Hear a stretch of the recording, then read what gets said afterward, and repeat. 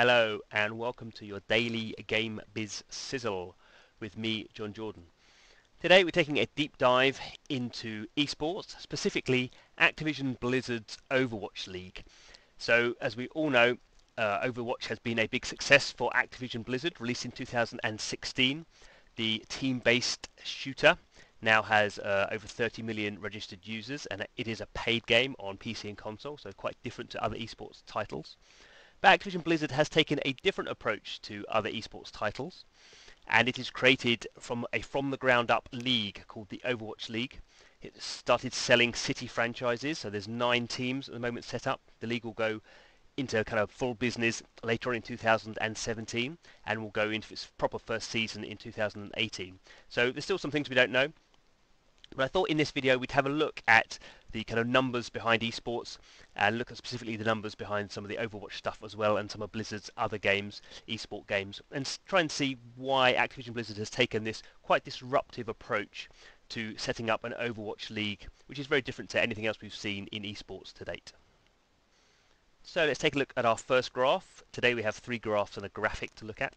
So this is the esports market. So this is figures from Newzoo, the market intelligence company, and they're actually taken these from a company called MTG, which is a Swedish company.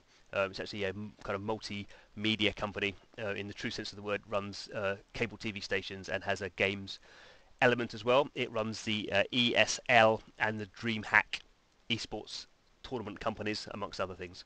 So this is the basic kind of growth we see here. So esports 2017 estimated maybe around kind of $750 million of revenue.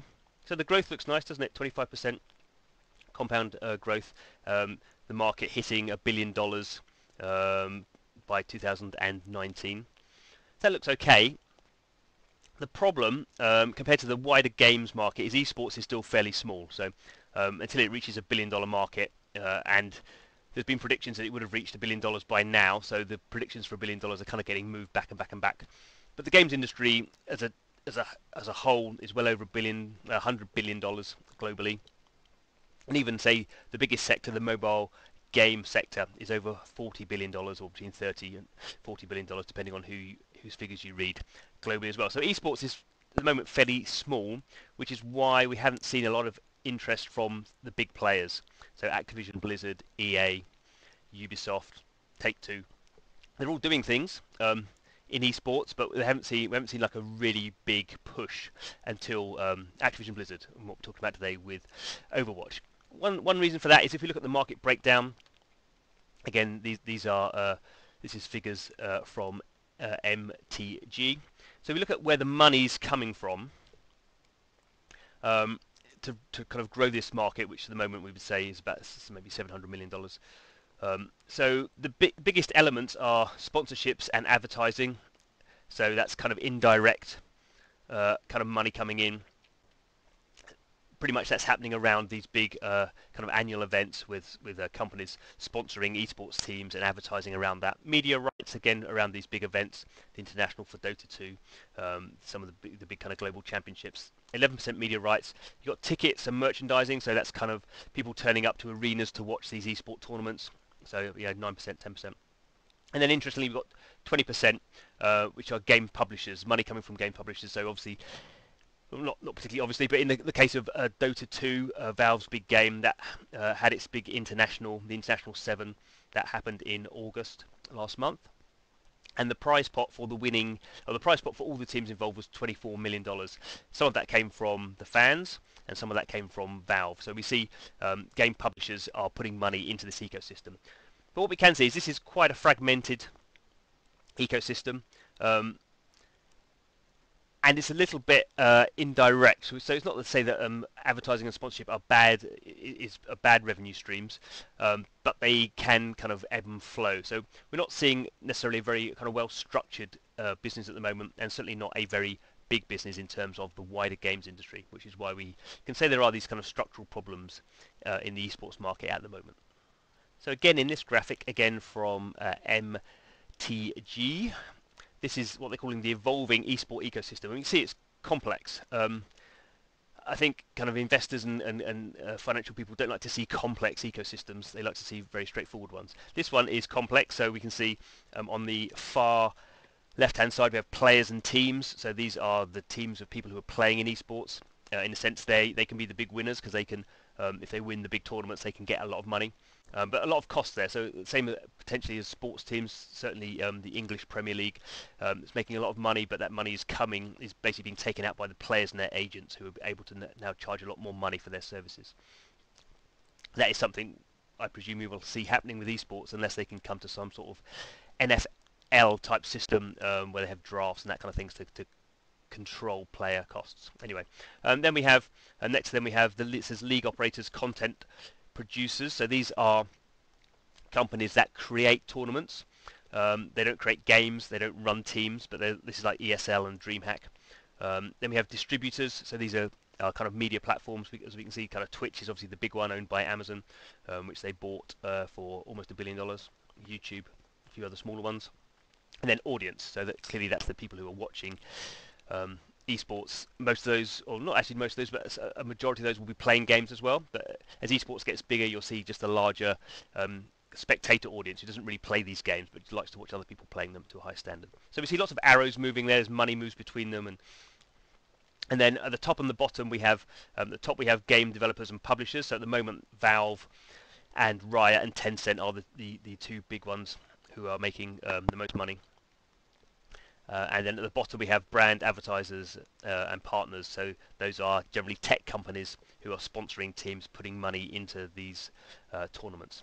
So we can see it says evolving an evolving ecosystem. It's actually again quite fragmented and difficult. And at the moment, really, who's making money? Well, it's Valve and Riot, the people who actually make these games. But they're making their money outside of the esports tournament system. They're not really generating lots of direct money from running these esports tournaments or being involved in them. In fact, as we saw before, they're actually in many cases paying money into the ecosystem to support these teams who some of them make a lot of money, a lot of them make losses. So they need that ecosystem of teams to be there. So there might be a growing market, but it's very unclear how profitable it is. So in this graph we're looking at Twitch. So Twitch is the big streaming platform, and here we are looking at the monthly volume of hours watched, millions of hours watched in this case. And this is quite a specific kind of metric. So this is the millions of hours of esport related content being watched. So let's quickly go through it. So in green at the bottom there we have League of Legends, which is Riot Games, what they call a MOBA. That's the genre of the MOBA. Just to say, Riot is now owned by Tencent, the Chinese games internet company, biggest games company in the world. Ahead of that you have the red, that's Dota 2, again another MOBA game. This one's run and owned by Valve.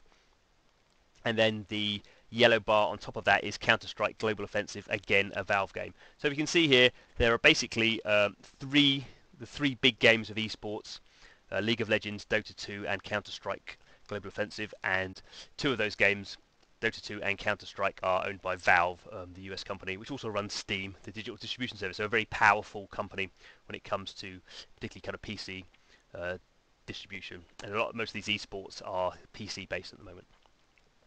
So when we're looking at what we're going to talk about, Activision Blizzard, that's the blue bar, the blue part of the stack. So Blizzard has a whole bunch of esport games. So starting out back in the day, it was well, there's a bit of World of Warcraft, there's a bit of Starcraft, a bit of Warcraft as well. That kind of developed more recently to Hearthstone, and then Heroes of the Storm, and then most recently what we're going to talk about is Overwatch. But we can see here, even combining all these games, this is combining all those games, Hearthstone's the biggest, they are a fairly small proportion. So in most months, all of Blizzard's games aren't bigger than any of the big three. It goes up and down a little bit, so we can see at the moment in July the red bar for Dota 2 is low. That was because the big Dota 2 tournament was in August, which we don't have the numbers for yet. So there wasn't a lot going on in July for Dota 2. But in general, Blizzard's games are successful. You know, after Riot and Valve, it is the biggest esport company in terms of the producing games that are played for esports, but it doesn't have anything like the dominance of those other two companies. And then in purple above that, we can see others.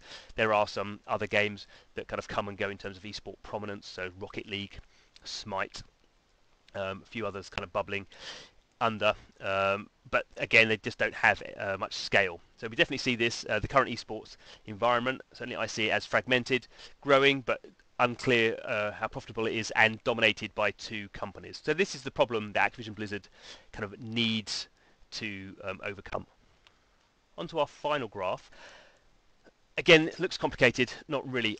So this is again looking at Twitch views on a monthly basis, and then looking at of the total Twitch viewing audience of a game, what percentage of that is related to esports. So obviously, some people just like to play games, don't care about the esports element of it.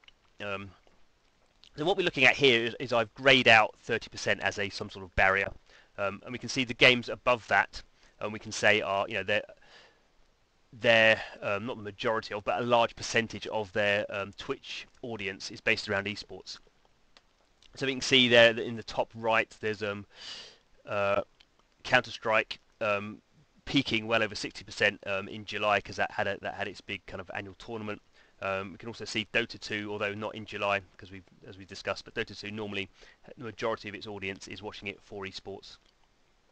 Interestingly, looking at Blizzard, we have StarCraft 2, so not a particularly well-watched esport or a well kind of defined esport, but of its Twitch viewing, you know, 50% or so is all about esports. So there is a niche there, but it can't really grow that niche.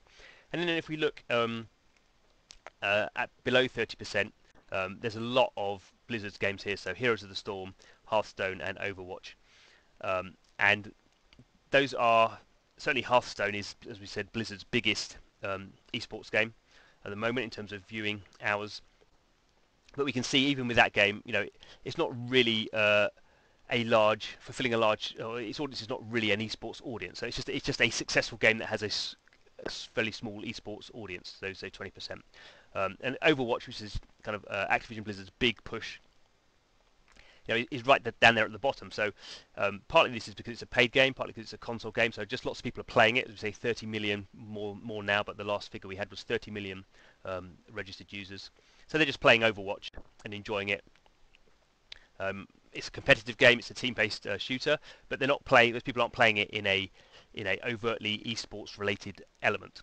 So this is why Activision Blizzard has taken this approach to set up a standalone league. It's expensive, so it's got to set up all the infrastructure. It's had to persuade people to spend $20 million for a franchise. So that's of these 9 teams that have been set up. They're city-based. So we have ones in LA, San Francisco, New York, Boston, the kind of typical mix in the States. We have one in London.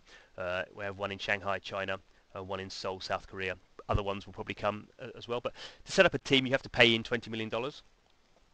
You will get 50% of the profits of the Overwatch League. That will be shared between the Overwatch League itself as an organisation owned by Activision Blizzard and the franchise owners. So they're putting that $20 million in up front, obviously in the hope that they can earn that back over the years. So it's a big commitment for Activision Blizzard, and the reason they're doing it is they don't want to get involved in this fragmented esports structure. They want things to be very clean.